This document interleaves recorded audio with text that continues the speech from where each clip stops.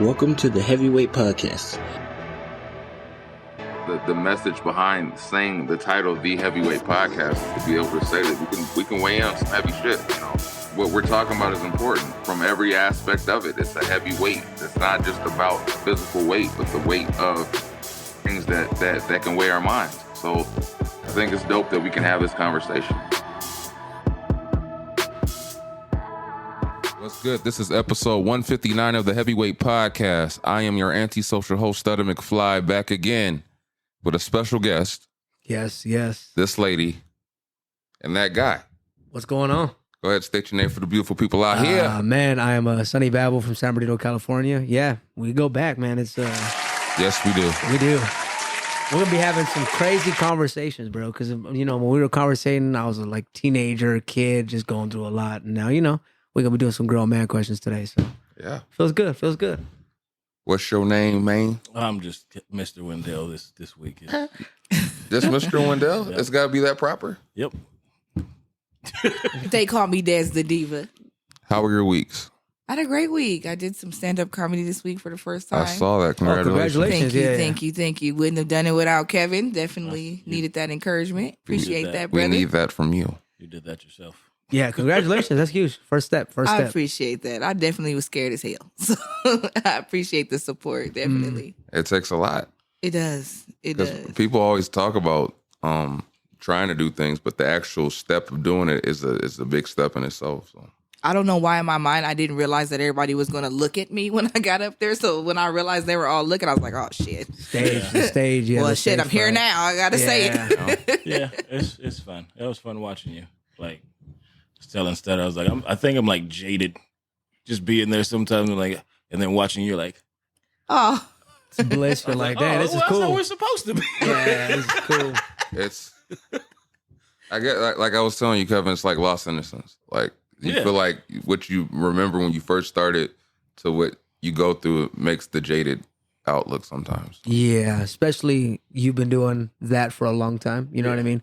So when you see somebody, especially, I'm assuming you guys have talked about you wanting to start your journey. So you see it and you're like, man, this feels amazing. Yeah. This feels great, And that too is beauty in itself. It helps you very too. true. It helps you too. Yeah. So, awesome. Thank you. It was good to hear. Thank you. Yeah, congratulations. I appreciate that. Thank you. Always. Do you go by Des the Diva on stage as well? I think I did. No, did you I? didn't. You went Did I? I don't know. Straight government. But I think Straight I'm Gubby going with to. the first and last, and middle, you're like, Straight government. I think I'm going to. Are you sure you don't want to go by Destiny? Destiny. You know what? That happens so much because they just read the first three letters of my name, so they automatically. Yeah. And I'm Desiree with the Y at the end, so they see that first three letters and the Y, so they're like, You know how long I've been Wendell? Or I'm not even correcting these Fuck motherfuckers. it is what it is. We're not doing no correction tonight. We're going on the fly. It's 13 seconds away. Well, what about you, Sonny? How's the week been? Good. Yeah, I've just been working, staying consistent, working on my projects. So literally just producing, engineering, just the music stuff, man. That's what's up. Yeah. And we have a noticeable absence. Maurice is not here. He got sick literally 2 days before. So shout out to Maurice, and we'll push through, and look forward to having you back soon. So. Get well, man. Get well. Definitely missing you. Keep me on my toes. Yeah, because I told her that I would just go against everything she says, just in your memory, or to keep the spirit alive. Devil's advocate. And I told him don't come for me unless I send for him. That's what she said. Oh, I'm gonna tell you, Pause. get well. I guess. Get well. I guess. All right. I guess we can get into the shenanigans. My week was just work, so I ain't nothing else to say. So we're gonna get into this episode. It's gonna be about trauma and childhood trauma and kind of how you overcome that trauma and getting into who you are now. So the first question is, can you briefly share the nature of your childhood trauma that you've experienced?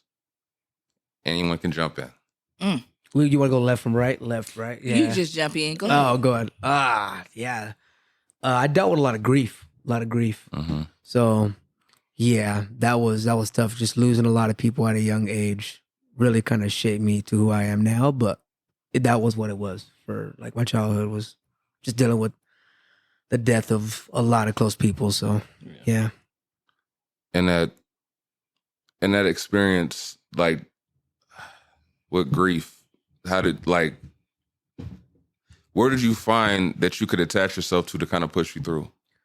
Man, I actually like took a step back from a lot of things just because how much pressure I had felt from that, you know, because I lost my pops at a super young age. I think I lost when I was 16, 17. Mm-hmm. And then I had a really, really like, I really don't talk about this passing too much because it still hurts to this day. But we adopted, so like after my dad passed, we adopted a boy named Ezekiel, and he had a swimming pool accident in my backyard. Oh wow. Yeah, and so he passed at a super young age, like 2 years old. Oh, wow. Yeah, so that was immediately after like my pops had passed, but I tend not to talk about that too much just because like man, that one still kind of hurts. But I took a step back from a lot of different things to just evaluate where I was at, you know. Mm-hmm. So taking a step back really helped, and then it kind of gave me a sense too to just be able to breathe, you know. That's the big thing. Yeah, because we go back, so you know, I was indulged in like different scenes, doing a bunch of different things. And so I was like, you know what? I sort of need to take a step back and figure out what I want to do, you know? So taking a step back helped a lot. That's what's up. Yeah. That's what's up. And that's, it's, to give more backstory, I've known Sonny since he was it 15 or 16? Yeah, I think 14. Or was it 14? Yeah, 14, 15. And being on the rap scene, I remember coming across you and going, this kid is super dope. Like, he has an advantage over all these adults in the room. So we're over here trying to do this dream, and he's already got this figured out and established in his mind that he wants to be an artist. Yeah. And be dope at being an artist at that age. So yeah, that was tough, bro. I was like, I was just trying to hang with everybody at that point, you know? And that growth, it's beautiful to see, like, knowing that you went through struggle and still was able to maintain the course and be what you want to become. Yeah. And seeing you evolve into that is beautiful to watch. So to know that you dealt with this trauma, but you're still Sonny. You're, you know what I'm saying? Yeah, like it was tough, bro. It was tough. Yeah, it was tough. Thank you, though, man. Yeah, we go way back. How about you guys? Oh, Lord, you go first. I get to crying, baby. Oh, yeah. The waterworks. Lord. Go on, Kevin. To be fair, I'm not going to say, because if then you might, and then you won't even get to. So. It's real possible I might cry off his trauma. Yeah. I almost just cried off of your trauma. Oh, wow. That's a good relief.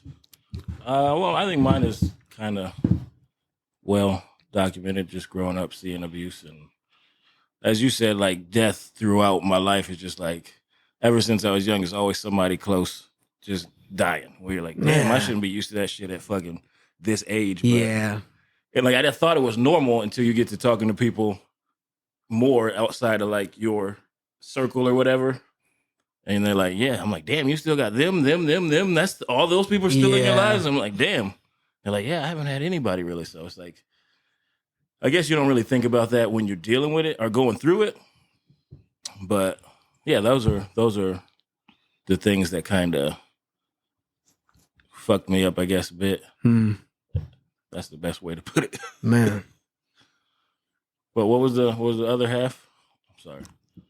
Okay, it's essentially just the childhood trauma and what you've experienced and how it shaped you to who you become. I think shaping me more came from the process of figuring out the trauma itself and where to put stuff, not to blame people, not to do all that stuff, and kind of like going through the healing process. So I think that helped me more in shaping me to who I am, as opposed to having that be the shaping, if that makes sense.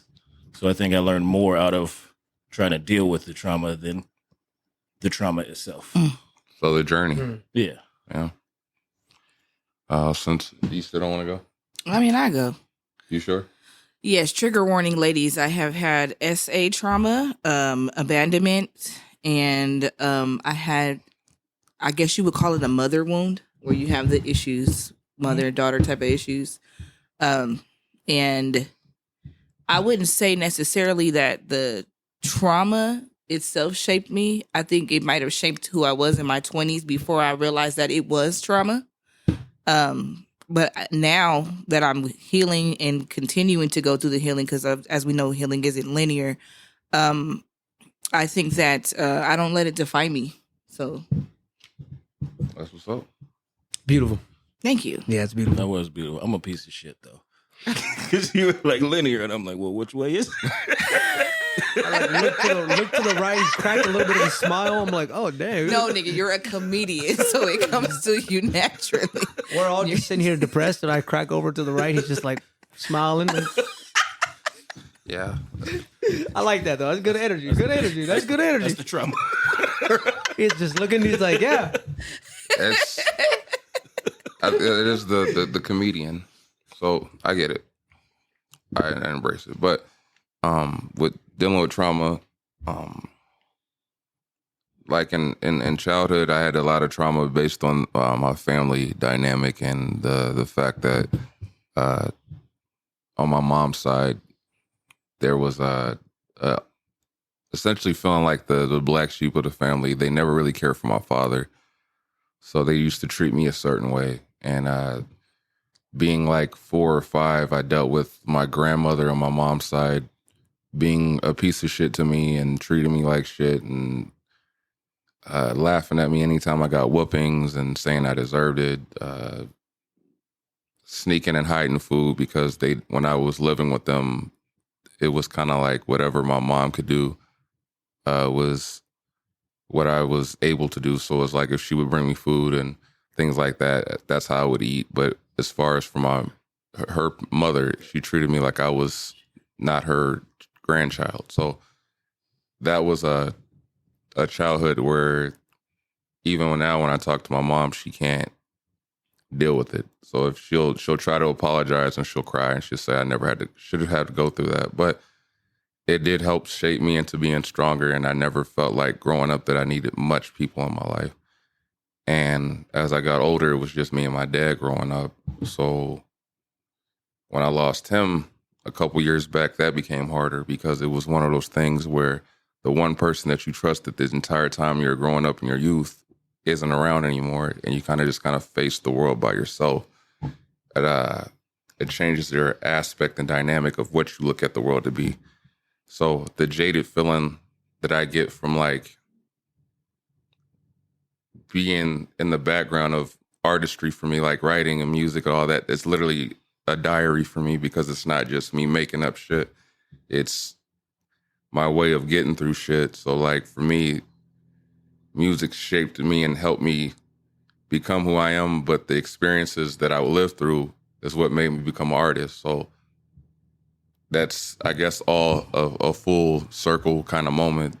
I can't be an artist without the trauma, but I wouldn't have made it through the trauma without the art. So, yeah. But that's the best way I can describe that shit. But if it depressed you, I'm sorry. But it is. No, that's your truth. And I actually think the more I hear you open up on the podcast, it makes a lot of sense to your personality. Because you're very like close into yourself, but you so damn nice. Like you really are like good people, like good, genuine person. I just try to treat people how I would have liked to have been treated. And sometimes you don't always get that back. But then like in rare cases, like especially on the rap scene, people like Sonny and Diesel and fucking King Dice and like certain people gravitated towards me to make me feel comfortable with being me at those times when I was doing music. And then there's other times where you just come across people that just don't rock with you or vice versa. So, but it's always just trying to treat people how you would like to be treated. That's kind of like my basis, even if it doesn't go that way. The golden rule. Yeah, I concur. I definitely do the same. Try to treat people how I want to be treated. So I think I go up too far. I think I go above it, but there's nothing wrong with that. Like you give too much? Like But I'm like, fuck it. I think that's good though. Because it's like, I think when you come across people like that, it kind of does something inside of you. Because I've met people where you're like, that was actually genuine. That feels good. Yeah. Like, I don't know this motherfucker from a can of paint, but You ever get the genuine realization and it kind of like it makes you evaluate yourself? Like, goddamn, if you can be that genuine, maybe I'm looking at the world. I got my walls too high. Like, damn, man. You could be this fucking genuine. What I'm the like, fuck am I doing? I'm like, damn, man. But Open the doors, open arms. You're just like, I would have never done that shit. at what point did you realize that you needed to address and heal from your childhood experiences? I know we were talking about this a little bit before. I really just realized that recently, to be honest. Yeah, because you were talking about your healing, and I said, I'm not even there yet. So. Yeah, I really just realized it recently, and in the strangest way, I started seeing how other people needed to heal. And then realized, like, hold on, heifer. You got a couple of these same damn issues, and you telling these people to heal, and you haven't even addressed the ones that are inside of you. everybody can give advice, but don't take it. Yeah. Yeah, no, hard. definitely. It's too hard to have it be a two-way street. Yeah. Yeah. You know, I think I realized more on deployment. I think that's where I figured it out because you got ain't nothing but time in the ocean. So I was just on deployment, just like, oh shit. Let me think about shit that fucked me up. Then I think I just found myself crying, and I was like, oh, ain't done that in like 15 years. That's weird. Why am I crying? And then kind of figure that shit out, and from there you kind of just go. And I don't know if I formulated a plan or just kind of knew I had to get myself together because that shit, I was mad for like at wrong stuff or hiding emotions and all that stuff or putting emotions in the wrong place or overcompensating on certain things and doing all this shit where it's like, that's not normal. That's coming from a different place. So you got to figure that shit out or else it's going to get you fucked up in life and not like beat up or nothing, but go down a path that can alter my future. Yeah. I actually relate to that a lot. Yeah. Yeah, just because I think like after the passing of like a lot of important people, Yeah. I turned into like a completely different person for a minute. And I just anger, like a lot of anger. And so it was just a lot of unexplainable things to me. So I was angry at the world, you know. And it took a lot of like growth inside because I could have stood angry for a real long time, you know. Oh, Yeah, and I was like, you know what? Just certain things I was doing that could have, like you said, altered who I became. Yeah. And I was like, man, this isn't funny enough. Like, I think for me, going back to the grief thing is honoring those. I started to sort of look at it as a way of like the way I should be living life should be honoring the ones who, you know, might have laid down their life for me to, you know, do what I wanted to do, or, you know, what my brother would have wanted me to do, or what my pops would have wanted me to do, rather than what I was doing. So, yeah, it was actually through, you know, It's like a sense of purpose, yeah, you're like, okay, well, which is important. yeah, if I'm fucking up doing this, like, this is pretty low. So, I mean, only way is up. Yeah. Yeah, the only way is up when you're there. So, you know. it just gave me chills because I'm looking at you and I'm like, this is wild. Like, because I said I've seen you at 14. Like, it's so to see you like talking about that growth is a beautiful thing to like to experience, to watch, because it's like, for me, at that time, it was like you're a family to me. So it's like so to see the growth is like, yeah, man, like that's beautiful to watch, man. Thank you, brother. Thank you.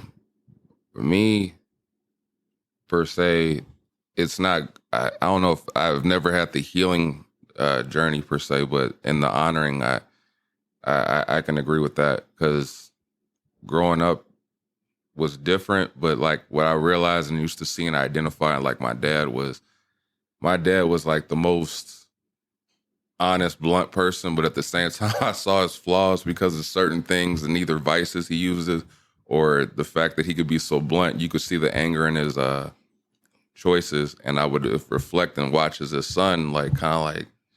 And I remember it was one time we were in a In-N-Out drive-thru, and he had ordered, but he was being really rude for some reason to to the lady at the speaker, and I was only like maybe 6. And I said, Dad, like, why are you being mean to them? They're preparing your food. And he said, you know what? You're right. I said, they could spit in your food. They could do this to your food. Like, why would you be disrespectful? That's a close call. That was a close call. I'm just saying that's wild. You saw that at 6. Yeah, right. At the window too. It's crazy. But I evaluated that moment. And I said, Dad, I don't know if you. And he said, you know what? You're right. Yeah. But it was just in my mind. I was like, they could do so many things, like as a response to what you're doing right I'd now. at least tried the second window. You know, Yeah, the first window was crazy. Yeah, You're like, dang. So like, You're sort of just asking him to do that. You're like, hey, you know what? I'm asking him at that point. But seeing that as growing up, I would see so many instances where I evaluated what my dad was doing, and like at times I saw where it was masterful, and I was like, "That's my dad." And then other times I'd be like, "Oof, hey, Dad, like, Missed it. yeah, like, like you might want to reevaluate that moment." But then I would see like on the flip side in high school where I didn't even know he came up to the school and he chewed out my science teacher. And then, like, I didn't know that he was there. So when I got to science class, teacher chewed me out. Like, hey, I would appreciate it if you told your dad was going. I said, what are you talking about? Well, your father came up here today. I said, oh, shit, sorry. Like, you had to deal with him. Like, you got the wrath. And then my history teacher got it, too. And I didn't even know I wasn't even doing bad in this class. And he was like, I understand your dad's trying to be a hands-on parent, but look, I don't appreciate you chewed out. And I'm like, where the fuck is this all coming from? He's like, you thought that was bad. You Yeah, should have seen the in and out. You should have seen That's weird as hell of the teacher to address the kid with that. Yeah. The parent was already in might there. have You been should have had different. this conversation with the Yeah. parent. He was Yeah. already there. He had to smoke. Like but they were terrified of my dad because my dad he was with the shit. Yeah. So like and to that, like Sonny, like the time frame, like for him is like we come from an older generation. Yeah. Or our parents go, you know what? Like my dad would do it if your kid was acting bad, he would whoop your ass if the parent isn't there to, you know what I'm saying? Like, Yeah. So that was kind of like the era that it's like you speak the fuck up, you speak in the moment, you let them know what's going on, whether it's your kid or someone else's kid. And I remember my friend Vernon getting his ass whipped. Shout out to Vernon. And my dad told him, he was like, look, you got 5 minutes to get to the car. And he didn't listen. My dad whipped his ass. He went to his mom and said, hey, this is what your son was doing. She was like, that's what your ass get. Yeah, that's what you It get. wasn't no experience of, oh my God, I can't believe you put hands on my. It was like, Yeah. no, if you act like that, he got the right to whip your ass. And it was like the community thing. So, and that's a Southern thing. So it's like, Yeah, and you best be on your best behavior if you go to, you're like, all right. so for me, I knew what happened with my teachers. It was like, look, you just caught the wrath. I catch the wrath every day. Just be happy you only got it for 5 minutes, 10 minutes, 20 minutes. Like it. But I always identified that my dad is saying, you know what? I see the strengths, and then I also see the flaws where I need to take a different approach. So it's not necessarily healing. It's just kind of knowing which direction not to go down or what path not to go down. All right, so Can I ask y'all a question now? yeah. What does healing look like to you? Oh, I'm so glad you asked that because he continued talking, but that was literally Healing. the question that I had because you said that you hadn't gone through any healing, but you put it down on paper every time you rap. That's healing for you. Yeah, I when never you make your looked at post, that actually is what made me start reading your. Remember, I told you I knew I seen you in school, but couldn't remember where. But I started reading your page and the things that you were willing to be open about and share about. That's all healing. Oh yeah. Yeah, I was about to say that in itself was healing. And Being that's- able to It's important. I've never knew. I thought just, about that, right? You're like, Yeah. man, I'm just kicking the shits. You're just saying what, and so I don't fucking go crazy. So. You know what's funny is a lot of people don't think about that. Most people don't want to think about what the healing is. It's like, how the fuck you gonna figure out healing if you don't know what healing looks like? Yeah. Like And if- it's different for everybody. Yeah. What I need to heal may not be what you need to heal. I know when I was It's healing. different. Oh, When you was God. talking about crying, I was like, shit. Yeah, I cry I a was lot. crying at commercials, but I was like, Yeah, hey, no, at least I'm crying me at the right too. shit. Like, this is supposed to be emotional. Me too. And they got me. I randomly just break out crying because I'm like in my mind constantly and I'm searching through things and separating things and figuring out that some of this shit I didn't think was painful is actually painful to me. But through something I like about you was through you writing and sharing your experiences on Facebook, you are helping to heal somebody else. Trust me, because somebody had that same experience or similar, and you were open about it. So then they made them recognize what they had going on. So not only are you healing, you're helping to heal the masses. I never looked at it that way. Yeah, definitely. What the fuck was on my mind? I feel like it was a gift and curse in it, because I feel like a lot of times it turns people off because I would. No, only people. Okay, and I'm gonna say this, and I have a particular friend who probably will see this and be mad that I said this, but the only people I've noticed, because I have had people tell me like, "Oh, Andy writes everything online." The only people I've noticed have an issue with that are the people who themselves are afraid to address the things that they need to heal. So you put that mirror in their face and they realize, oh shit, I have to deal with some things too. That's the only people I've ever heard say anything negative about you being so open. Seriously. As I just say shit so I don't go crazy. Yeah, it's like stones from a glass house. I love the things you post. And I'm hell, when you started buying your house, my poor husband, because every time you post something, you see this nigga finna buy a house. You see this? You need to go work where he works. I got smoked for that just because, yeah. I loved it though. I was so proud of you. People feeling some type of way because it's like, oh, you think you doing like something flex, with the house. like But you was doing something. You a black man and you put your family in a home. I was so damn proud of you. I didn't know you yet. Shit, I was so proud of you. I remember you hit me up telling me like, I was like, get it.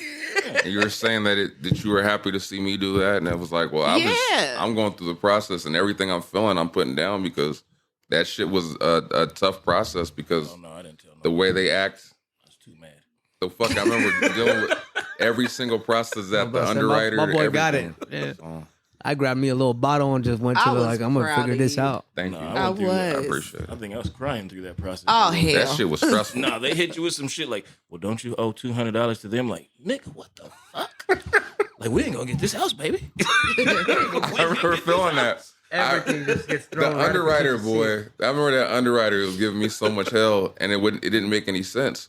Because it was something where at that time I went on vacation. There were days off because of holidays, so they were like they look at every single thing through your pay stubs or whatever, and then like they were like, oh well, it shows you actually don't have a full-time job or whatever, and I'm like, how the fuck? I said, what about that year to date?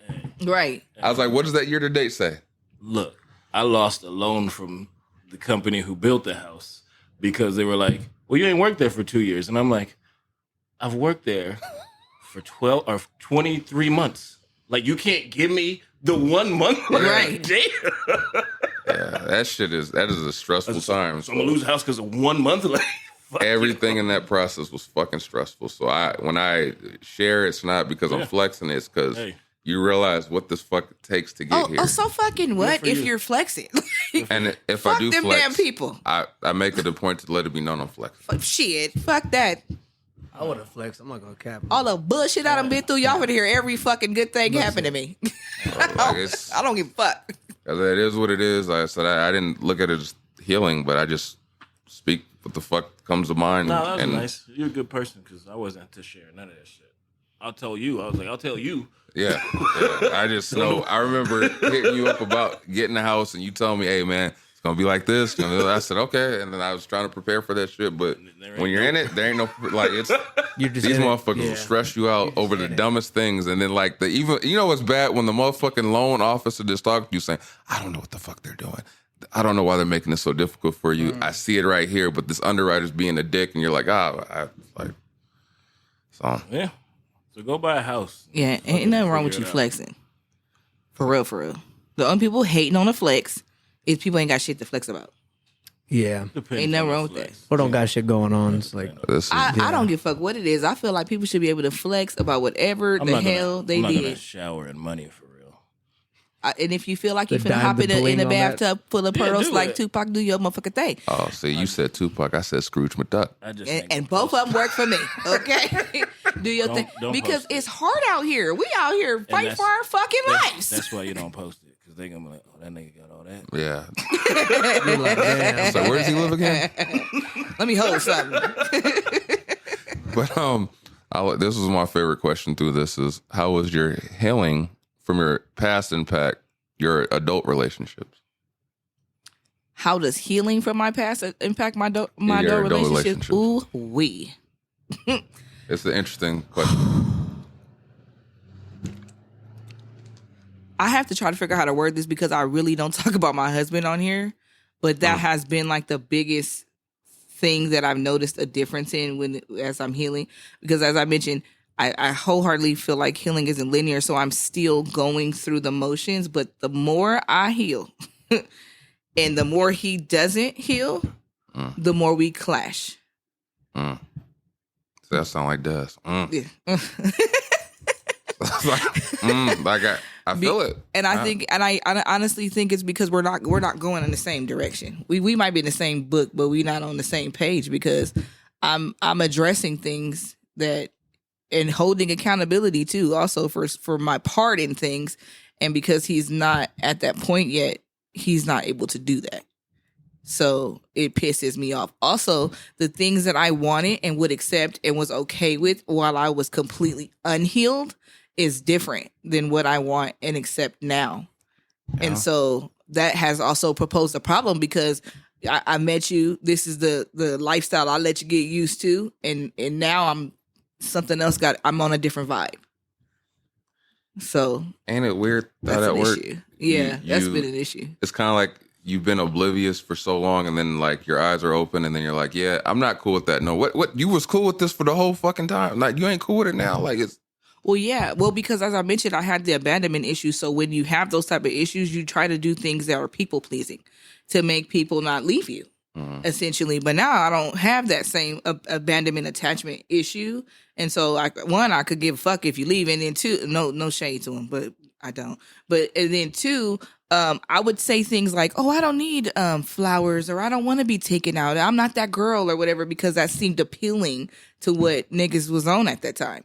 But in reality, I am that damn girl. You do need to send me flowers. I do like to be taken out. I'm not like a buy me a fucking Maserati bitch, but I still want to be treated like a lady. And I wasn't making anybody do that before because I was so hurt within myself, and I was just trying to please people so I didn't feel abandoned. But now that I don't have that attachment.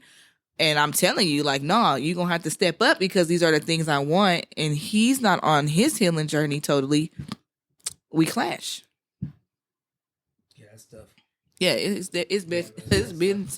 a whole new level of trauma, to be honest. Am I Des fashion right now? I mean this wholeheartedly. I love that for you. Straight up. Well, thank you. Healing is important. Man, I think again, I do like the term you're saying, like healing is lineal. You know what I mean? So everybody's still kind of healing in their own ways. I would just say how it's impacted me a little bit more as an adult is just being a lot more mature about things, because I was going through a lot of anger at the time when I was, going through what I was going through. So just kind of forced me to be a little bit more mature about situations rather than jump to being so angry. I kind of learned to be a little bit more cool-headed about certain things rather than just go into it with like a already set narrative of it's negative, Mm-hmm. So yeah, I would say maturity and just kind of giving me a cool head now, like that's what's up. Yeah, 9 times out of 10, if I'm upset, you really gotta get me there for me to be like really upset about something. I'll just be like, you know what, I done been through some shit, so rolls off the back, Mm-hmm. Yeah. I think it's helped me in the sense of recognizing like when it's me. That's a hard feat. That's a hard feat. I might be the one tripper today. Yeah. And then also recognizing when it's you and then how to deal with that. Like, because in the moment it's turned up. Mm-hmm. Mm-hmm. Yeah. And then it's like, well, you ain't arguing about shit. And you real mad. Why are you so mad? Yeah. Like, oh, okay. It ain't got shit to do with the argument. So it's helped me in trying to figure out how to like maneuver through things like that, like discourse, without just being angry discourse. Like coming to a good resolution as opposed to just, here we are, now let's just yell it out. And like, 'cause that shit don't fix nothing. Mm-hmm. So. Yeah. I learned, and Maurice usually is the one that points out certain shit to me because I don't even think I'm registering when it happens. But it's pointed out a few times that my way as I've gotten older is to detach from shit that I know is bad. Like, so if I know a motherfucker over here is being either negative or toxic or whatever, my automatic, instead of trying to engage, I only engage if I feel like it's worth the battle or saving the friendship or whatever. I will engage to try to get to a resolution. But for the most part, I've learned to detach and stay away from shit that doesn't serve me or is just going to make me act out of character or whatever. So when I encounter people that are being a certain way, my automatic shit is just to detach. You'll be like, oh damn, like Andy just I cut it off like a fucking faucet. Like I have no issue with doing that. That's why I don't have that many friends or I have a very close circle, because it's one of those things where if you go through enough shit, you're in it. Either you're going to become part of the shit and become shit yourself, or you're going to just decide I'm not dealing with that shit no more because that shit's not going to serve you in the long run. So I've learned to detach and stay the fuck away from people that are either bad or can make me act a whole different way that's not in my best interest. Mm-hmm. So, but that was my big way, especially as an adult, because as a kid, you're still learning, you're trying to figure it out. So you might engage shit that serves you no purpose. You might fucking go into those arguments. You might get into those fights. Yeah. But when you're older and you realize that shit, it can't go nowhere good, just the fuck away. Like, it's sometimes you get too good at detaching. Now you're in some shit where you're like, I should have just engaged that. I don't know, but I gotten so good at that shit. It depends on what the engagement's gonna be, because you can see where you're like, this could be just today, or this could be 4 years of engagement. That sounds like picking and choosing your battles. Yeah, definitely. Picking and choosing your battles there. Yeah. Some of them you pick are right, and some of them you're just like, damn, I shouldn't have. I went a little too crazy. I think if you engage, though, I feel like you have more of, what's the word, like affinity for that person. Yeah, like you're willing to go that far. Like if it's somebody you're like, the fuck out of here, like, then guess we wasn't there, homie. Sorry. Yeah. And or if you get past it with said person, it's like, oh, okay, like we'll be good in the long run. Mm-hmm. Yeah. Yeah, sometimes you got to walk away and then like eventually you'll be like, you know what was that even about? Yeah. Like, you know what I'm saying? Like brother, your toe was on the 3-point line. Yeah, you know what I mean? It was. What was that even about? We're good now, right? We're like good. Yeah, like we're so, good. Hit the foul line next time. We're good. This is like the way this shit's set up is beautiful. Anyway, what role, if any, did forgiveness play in your healing process? All of it.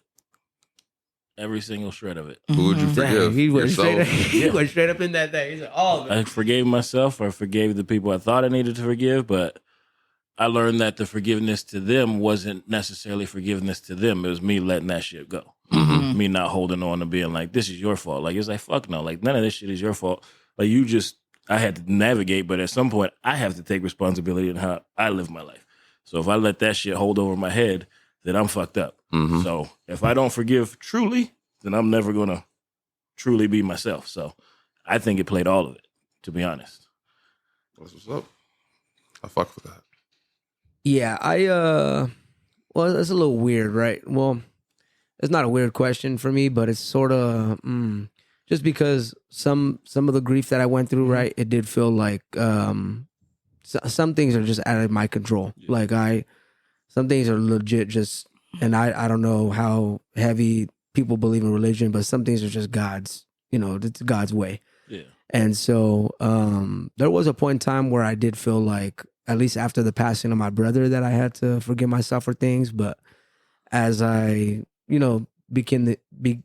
as I started my healing process and that journey, I sort of realized that like the biggest thing was forgiving like you have to forgive yourself. And then when you do that, you can sort of open your eyes to forgiving others, because people have done some shit to me, but I don't know if it could be bad or good. I'm just like, bro, I don't even give it attention. Like, I'm gonna just tell you the truth. I don't even be giving that type of shit attention because I'm like, I don't need to forgive you to be cool to or what I'm gonna do. Mm-hmm.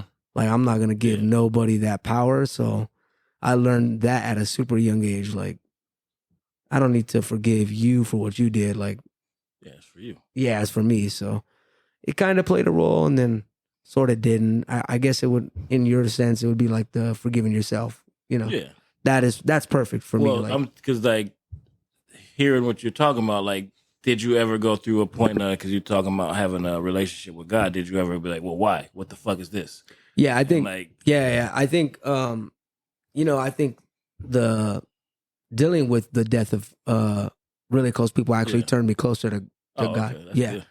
I think that turned me a lot closer to God, because at first it was like, okay, I grew up in like a religious background, but I wasn't too heavy into it. Like it's a funny joke we used to have. I used to say it to all my buddies, but Sundays were for like football, bro. Like I'm waking up trying to watch the Eagles go. Like you know what I'm saying? So but as I begin as I started to lose people and I started to, find myself, I found comfort in God, Yeah. And I think one of my homies put it best to me is like, God could be anybody to whoever.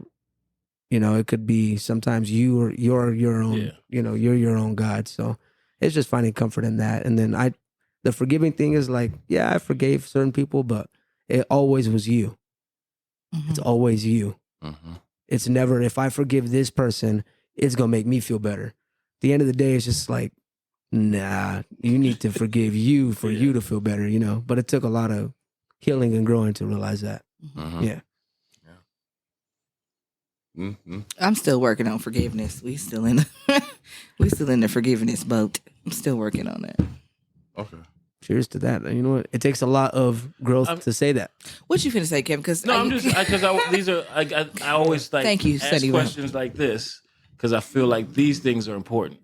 Because I think we do a lot of these things what we want to do, but like, what does forgiveness look like to you? Like, it's the same thing. Like, what do you consider as forgiveness? So other people that have done things to me, I have forgiven those people, and I've semi forgiven myself for some of the positions I've put myself in through when it comes to trauma. When I say I'm still working on total forgiveness, I mean, in terms of, as I mentioned, you haven't been here for this, but as I mentioned about all of my miscarriages, I'm still working on forgiving my body for those things. So that's a part of trauma that I'm still working through. So just a question. I don't know the situation or circumstance, right? But before I even ask, are you a religious person, or are you sort of teeter-totter on religion? I'm spiritual. Mm-hmm. I'm not religious, but I'm deeply spiritual.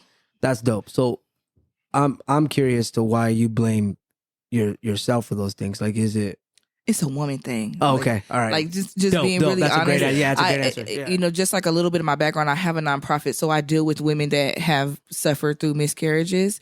And just in speaking to women, it literally is just a thing that we kind of all go through while we're trying to figure out what's happening. Okay, that makes a lot of sense. I was just curious. I really was like, I was like, dang, okay. But I appreciate you being curious about that. Thank you. Yeah, because it was like, oh, okay. I peep questions and then answers. I appreciate that. Yeah. A lot of people just say, I don't know, and just move past it. Yeah. So I definitely appreciate that. Always. Well, for forgiveness, I don't. Growing up, it was forgiving. My dad was the hardest one for me when I link back, because when we used to fall out a lot before he passed. And I remember one of the last times that we got good again, I remember he was like, you know what? I had to forgive you for this. And I said, the fuck? But then, like, I thought about it and I said, to reserve the relationship, I was like, you know what? If that's what he has to, fuck it. Like, I'll just ride with the... Let's roll with the punches. Yeah, but at the time, it was like, when he said it, I had to catch myself. What the fuck he means? He had to forgive me for some shit he did. Like, but then I was like, you know what? To reserve this relationship, because I wanted to be on good terms, I accepted those terms, and just said that it was a bigger thing at play here, and just wanted a good relationship with my dad. So thankfully, I got that before he passed. I tell you right now, bro, that is huge. Mm-hmm. That's huge in itself to have because I know people very close to me that were not cool with people before they passed, and that eats at you. The fact that you realize that, and you kind of in that moment where like, let me reserve this. Like, we don't know exactly what the plan is or what's gonna happen. So that's really good tuition to be like, hey, you know what? I'm gonna reserve this because I know people who are really close to me who were not cool people passing, and that haunts you more than like a lot. That will put a burden on you that, you know. Yeah. So good thing, man. You know what I'm saying? Yeah. Good thing. I appreciate you. Man, Definitely dope, appreciate you. dope. So When it's in your control, though. Yeah. Because there's some shit where you're like, it's not in my control. I just know So that taking that. Good. the one thing I'll say, and I'll sound completely opposite of how I am. My grandmother, I will never be cool with her. I just how I am. Everyone else, I'll open the door of getting to a good path with her. She can down the hill by herself because I'm not gonna ever be cool with her. God damn. Good. Oh.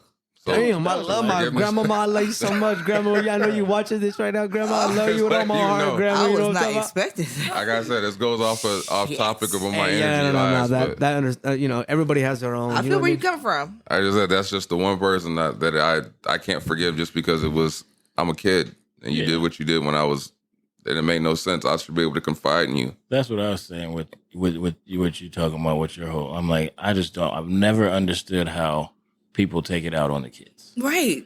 I'm like, it ain't their fault. No. That shit ain't right. And every time she's seen me when I was an adult, she try to act like we're all good. And like you said, Sonny, that's for you. That ain't got shit to do with me. Yeah. You want forgiveness for you.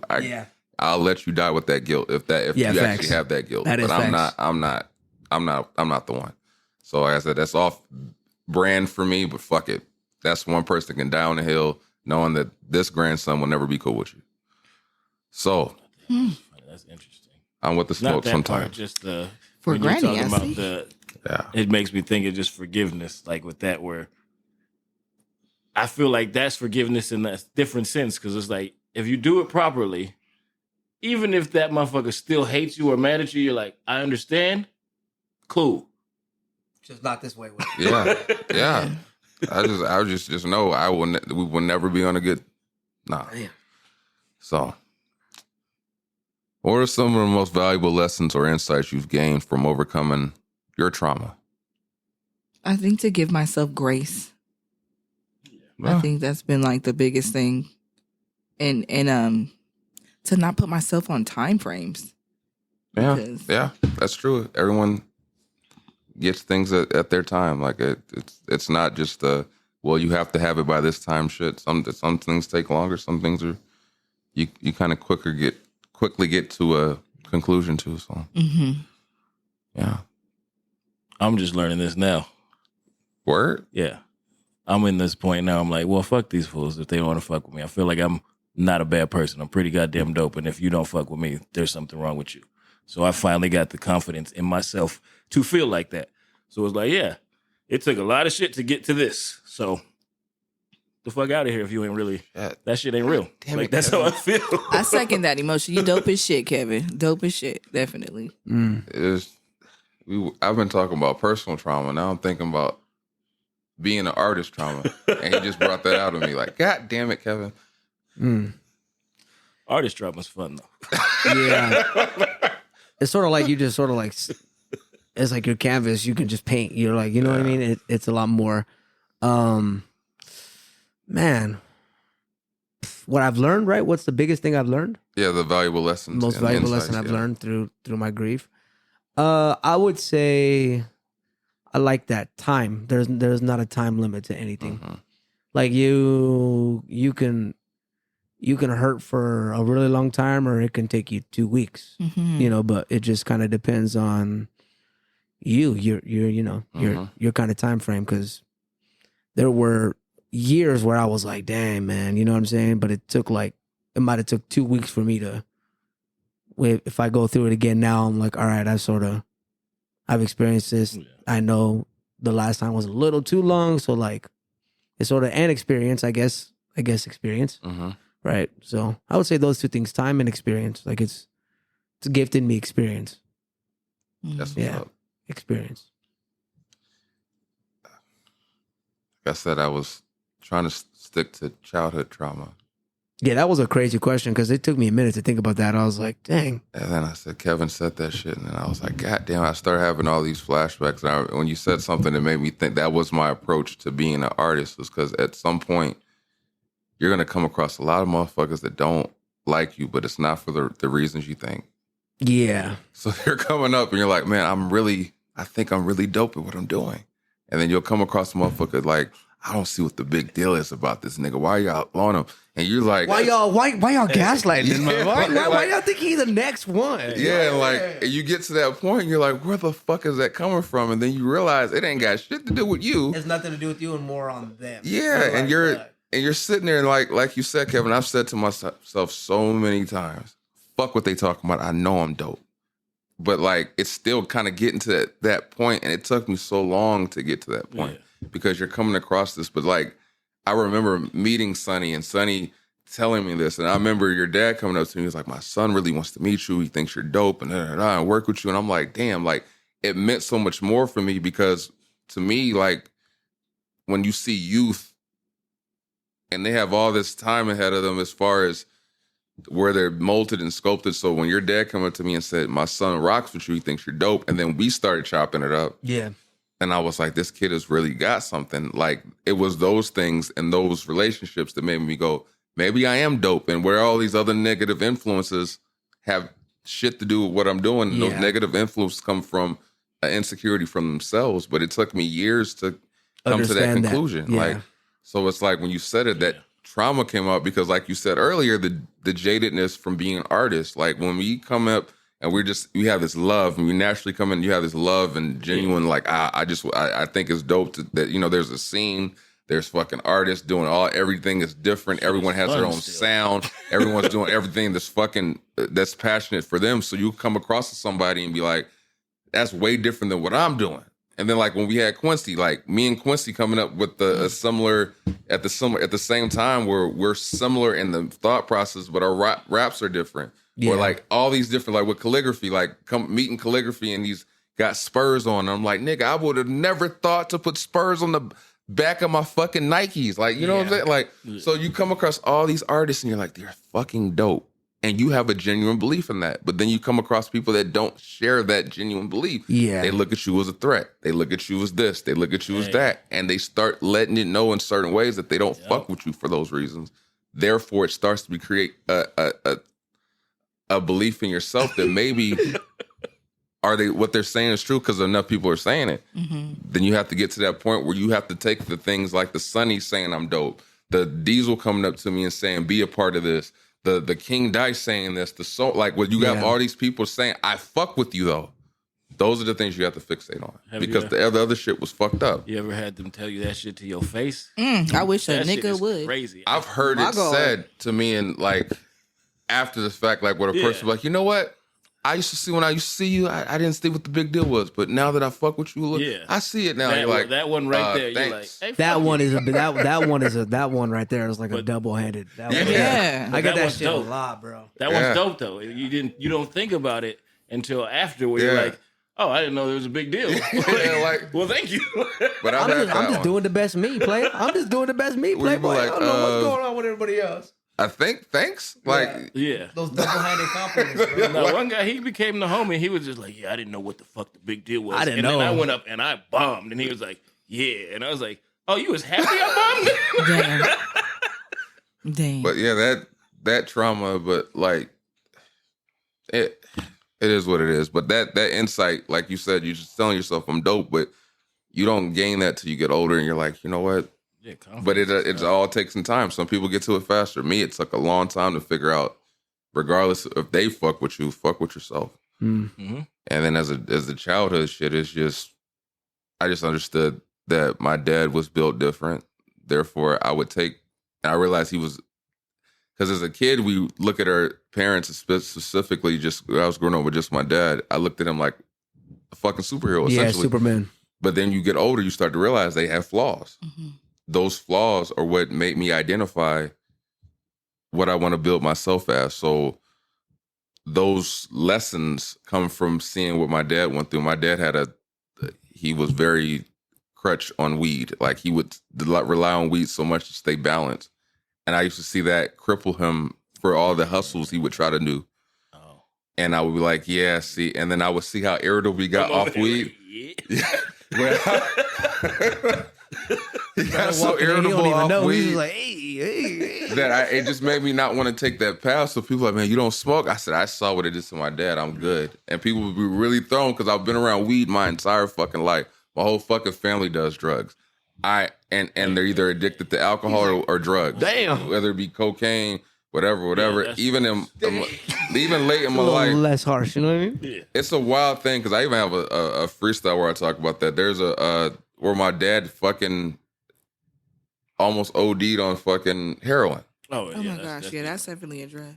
Damn, bro. So it's like when you hear that later in life, because he was in like his 60s, and I'm like, what the fuck? And they're like, yeah, you're dead. I was like, what the fuck? Like, what's he doing? And he was hanging out with his brother, and his brother had him do some shit that he normally doesn't do, hanging out with his brother. Sound like, your daddy and my daddy. Yeah, like, Same but it's the again Like, the irony and of now it we is that kicking our it. dads know each other. yeah, Like, and now we kick it. yeah, so like, but then it was No, they even knew each weird in the process of how they died. My uncle that he had that experience with died 6 months prior to my dad. Yeah. So he died. Man. He was his younger brother, and then my dad, I remember right after he died, said he had a dream about his brother Johnny. I was about to say. Then he died right after. Yeah, your pops was probably hurt, bro. Yeah.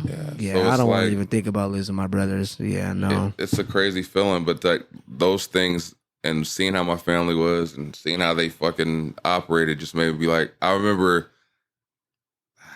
she passed away too. My Aunt Kelly, I remember walking into it when I was like maybe fucking 11 or 12. I walked into the kitchen with me and my cousins, and we're at their house, and she had her nose was all white from sniffing cocaine, and I'm just like, She didn't wipe it off. It's kind of wild. Okay, I didn't want to too, say I'm not she gonna didn't wipe it off. I didn't want to be the one to say it. lie. I but was she like, just that's was kind of. sitting I was there like, just I don't there mean no just- disrespect either, bro. Yeah. That's kind of wild, bro. but I Yeah. remember being at that time because at the time I was the older cousin, so like my younger cousins were around me, and I'm just like, what the fuck? Yeah, like Like That what shit is sound like kind a of process? movie, Like bro. y'all just Yeah. it felt Yeah. like every movie, like you just at the kitchen table just. That's trauma. That's trauma. But- Damn right it is. But like I said, watching all that just made me be like, I want nothing to do with this one. And people go, oh, you don't do that? Nah, I'm good, bro. So you don't smoke weed? I don't smoke weed. you don't drink. I smoke Don't. enough. I'll sip a wine cooler or I'll sip a shot. drink-ish. Like Drink-ish. Yeah, but he mix it drinks with it. The something. cactus cooler with the juice. Take, You know what I mean? take one shot, man. But What? I'm just. Hey, It's cheap. never been my. But Yeah, no, I'm detox right now. Drinking is really bad. I turned to drinking. Oh, my bad. No, you're good, bro. I smelled that thing. I'm like, you're good, brother. You're good. I'm detoxing. You're like, ain't bro. it 7? I'm like, man. That's a thing I said when I first started coming. Like, damn, it's early. This nigga Nah, here, no. he I got the understand. yak out early. Shit. I mean, to be fair, it's the end of his day. No, and I realized that after. I didn't know. I said, this nigga started off right. Shit. But then I realized you were ending the day. You're ending the day. You're winding On a down. high Yeah. note. So- This is always my high note. So for me, yeah, that just watching and seeing it was like, ooh, I'm good. Don't Yeah. need that. Don't need that in my life. So, yeah. I went the opposite. He got her. Yeah, I'm not gonna cap. I went straight to alcohol. So- I'm not gonna cap. Right around 16, 17, I picked up on drinking heavy. I was like, yo, pass me the hand dog. We going up. Yeah. I think I waited till I was away from home, really, to like do all that. Yeah. Like I wilded out when I left. It was Arizona, right? Yeah, I left at 17, 18, so. That's like party. It's one of the party capitals. I'm like, right? yeah. I was about to say, you went to boot camp for partying. Pretty Yeah, much. that's- Yeah. Well, foundation for fucking partying, yeah, bro. I used to, Yeah. ASU was a trip. Yeah.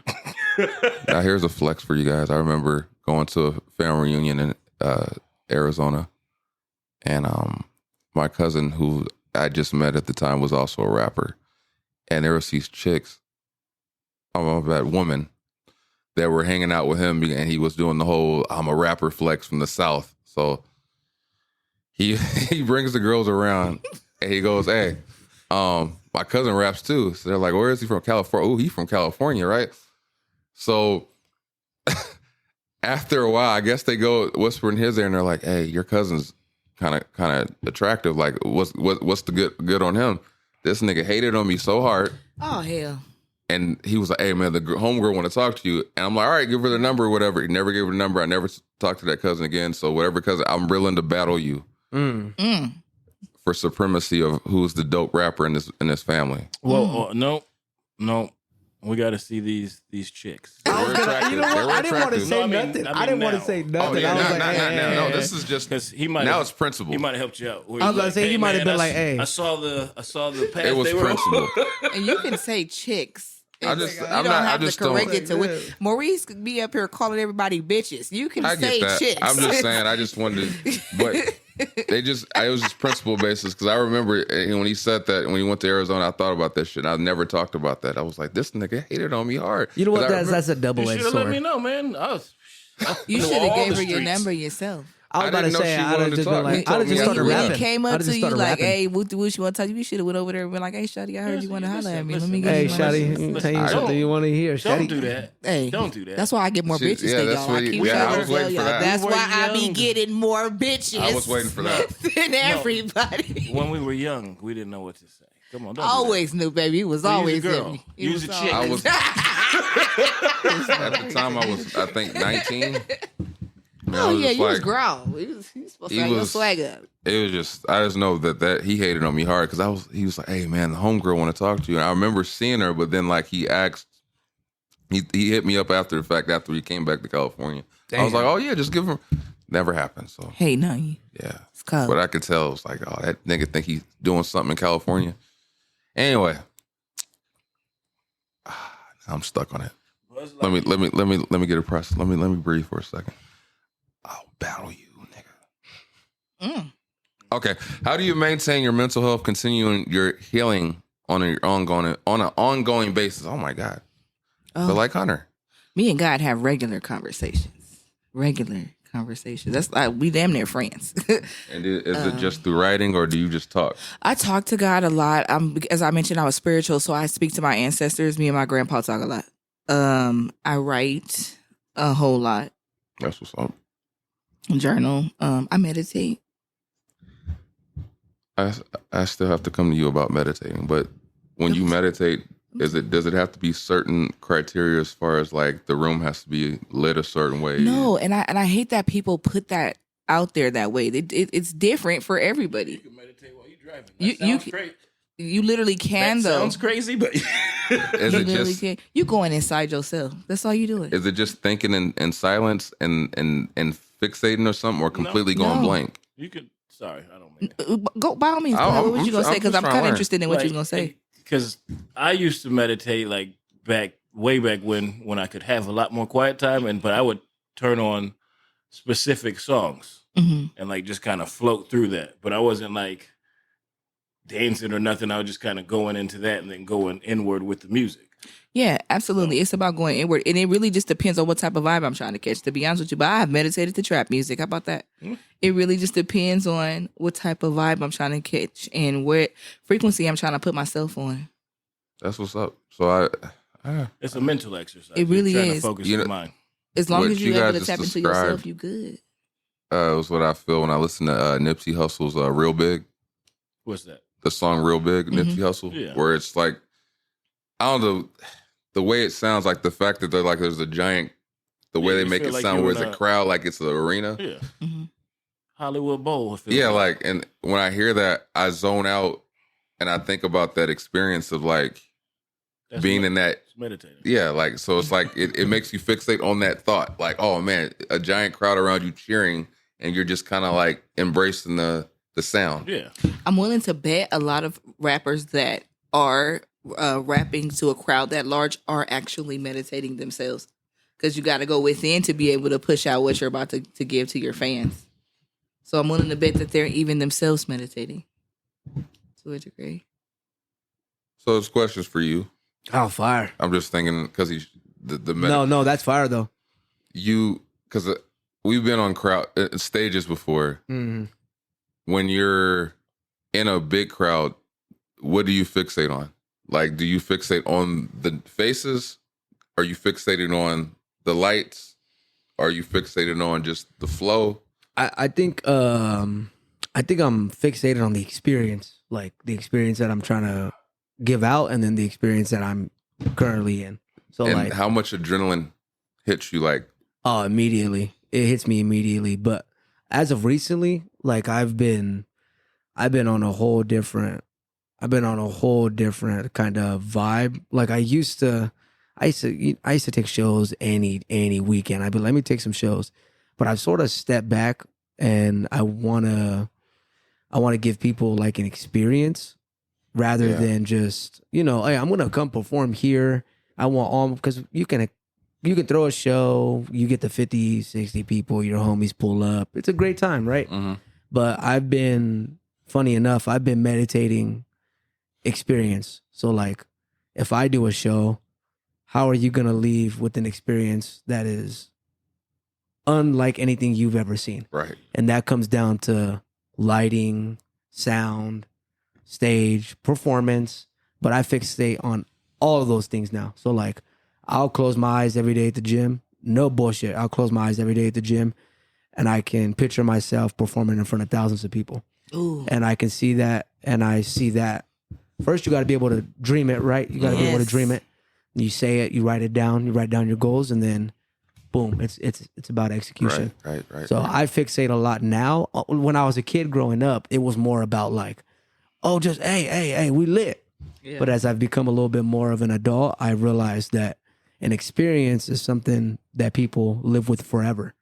And then that in return is like investment into your career. So you can, if I feel like meditating is probably the most powerful thing artists, athletes can do.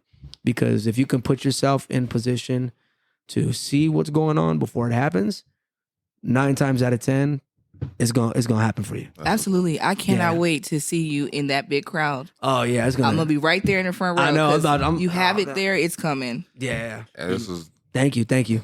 with that, like that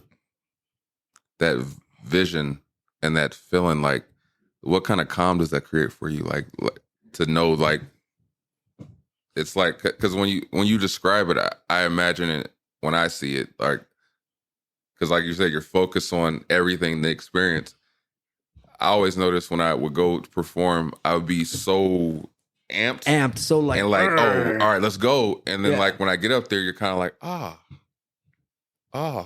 Yeah. like, and then you start going like, it's about to end. Fuck. Yeah. Let me embrace this before it ends. Like and it's good.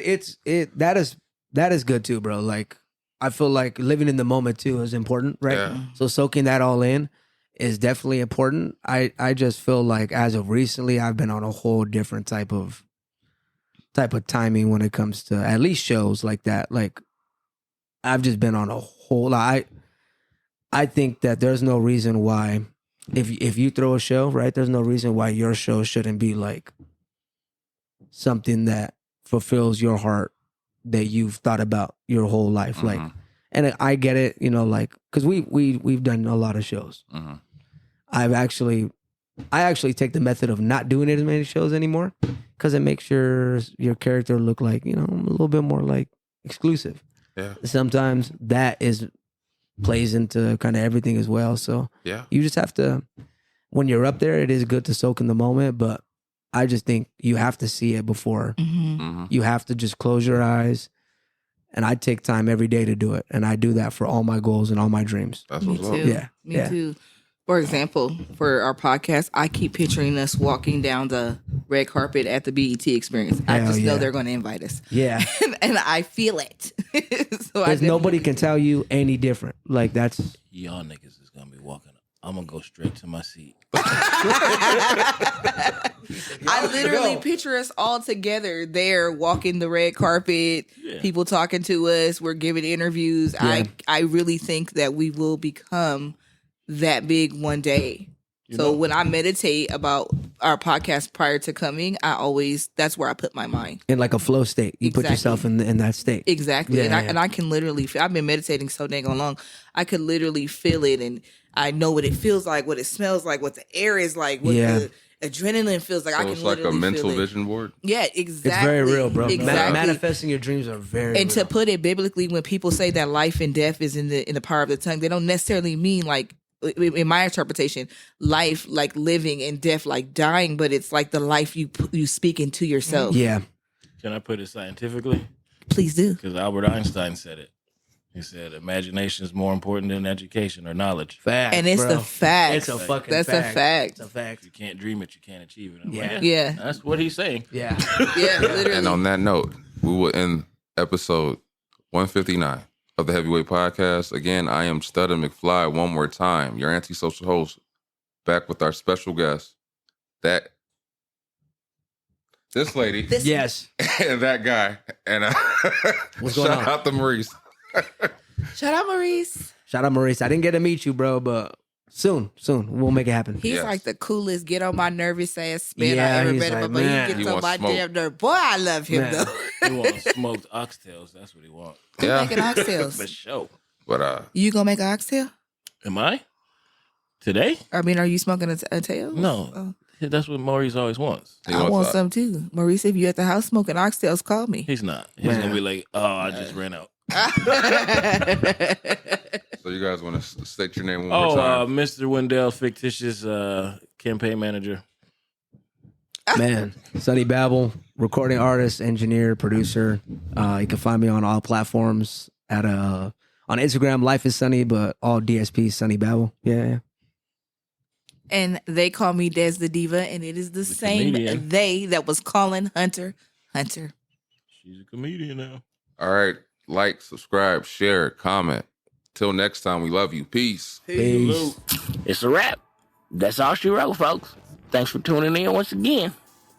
You can check us out on all streaming platforms. Click like, subscribe, leave some comments. You know what I'm saying?